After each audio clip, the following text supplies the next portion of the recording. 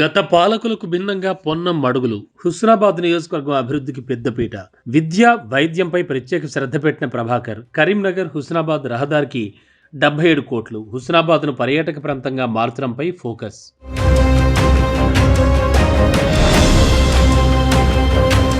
గత పాలకులు నియోజకవర్గ డెవలప్మెంట్ గాలికి వదిలేశారు. 10 ఏళ్ల పాటు స్వరాష్ట్రంలో హుస్నాబాద్ నియోజకవర్గానికి అన్ని రంగాల్లోనూ తీవ్ర అన్యాయం జరిగింది. ప్రజలు కష్టాలు పడుతోన్నా చూసి చూడనట్లు వదిలేశారు.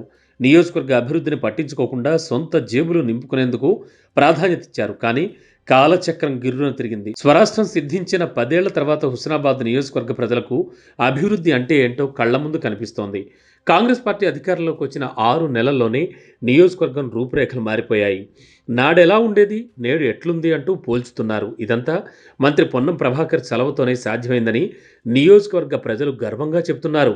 బీఆర్ఎస్ పాలనకు కాంగ్రెస్ పాలనకు ఎంతో తేడా ఉందని కళ్లకు కట్టినట్లుగా వివరిస్తున్నారు.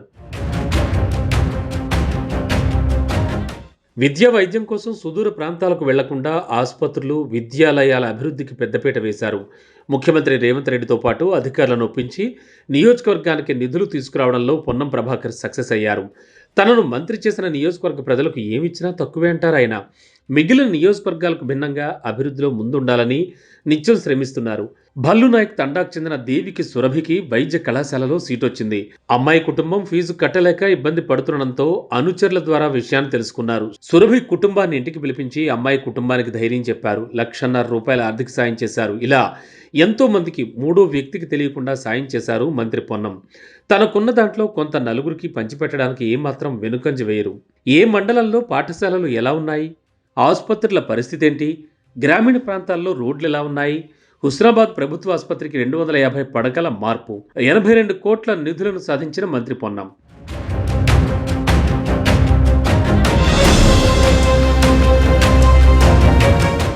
ఎన్నికల ప్రచారంలోనే ఏ మండలంలో పాఠశాలలు ఎలా ఉన్నాయి, ఆసుపత్రుల పరిస్థితులేమిటి, గ్రామీణ ప్రాంతాల్లో రోడ్లు ఎలా ఉన్నాయి, ఇలాంటి అంశాలను తెలుసుకున్నారు. ప్రజల సమస్యలతో డాక్యుమెంట్ను సిద్ధం చేసుకున్నారు. ఏ ప్రాంతంలో అయినా ప్రజలు సుఖశాంతులతో ఉండాలంటే తిండి, గుడ్డ ఒకటి ఉండే సరిపోదు. ఇవి ప్రాథమిక అవసరాలు మాత్రమే. వీటికి తోడు మంచి విద్య, వైద్యం ఉండాలి. బీసీలు, ఎస్సీలు, ఎస్టీలు అన్ని రంగాల్లోనూ రాణించాలని పరితపిస్తారు మంత్రి పొన్నం ప్రభాకర్. అందుకే వీటినే ప్రాధాన్యాంశాలుగా తీసుకున్నారు. ఎమ్మెల్యేగా గెలిచి మంత్రి బాధ్యతలు స్వీకరించిన వెంటనే నియోజకవర్గ అభివృద్ధిపై ఫోకస్ పెట్టారు. హుస్నాబాద్ మండలంలో 100 పడకల ప్రభుత్వ ఆసుపత్రిని 250 పడకల ఆసుపత్రిగా మార్చడానికి 82 కోట్ల నిధులను సాధించారు.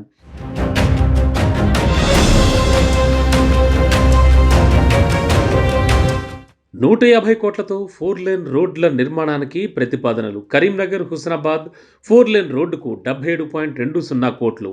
ప్రజల ఇళ్లకు ఎక్కువ నష్టం జరగకుండా బైపాస్ రోడ్ల నిర్మాణం. మొదటి ప్యాకేజీలో 77.20 కోట్లు, రెండో ప్యాకేజీలో 80 కోట్లతో పనులు.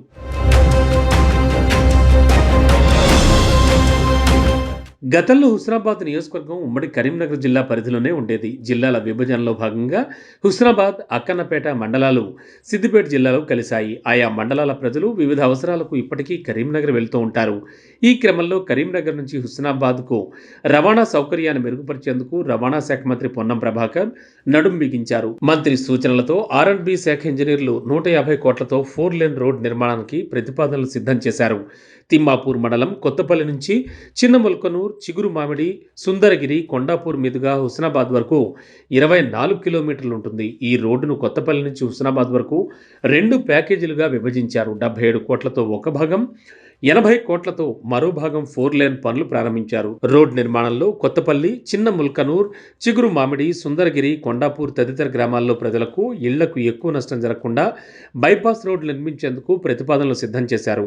హుస్నాబాద్ కొత్తపల్లి రహదారి 4 వరుసలకు మొదటి దశగా 77.20 కోట్లు మంజూరు చేయించుకున్నారు.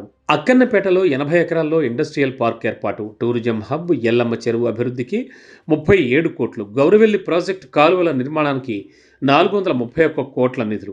ఇక అక్కన్నపేట మండల కేంద్రంలో టీజీఐఐసి ద్వారా 80 ఎకరాల ప్రభుత్వ స్థలంలో ఇండస్ట్రియల్ పార్కును ఏర్పాటు చేయడం, హుస్నాబాద్కు అంతర్జాతీయ స్థాయిలో young India integrated residential complex సాధించారు మంత్రి పొన్నం.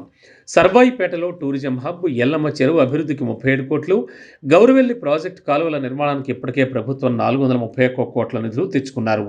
హుస్నాబాద్ ఎల్లమ్మ చెరువు, ఎల్లమ్మ దేవాలయం, శనిగరం ప్రాజెక్ట్, మహాసముద్రం, రాయికల్ జలపాతం, సర్వాయిపేట, కొత్తకొండ వీరభద్రస్వామి వారి దేవాలయాలను పర్యాటకంగా అభివృద్ధి చేయడంపై పొన్నం ప్రభాకర్ ఫోకస్ చేశారు.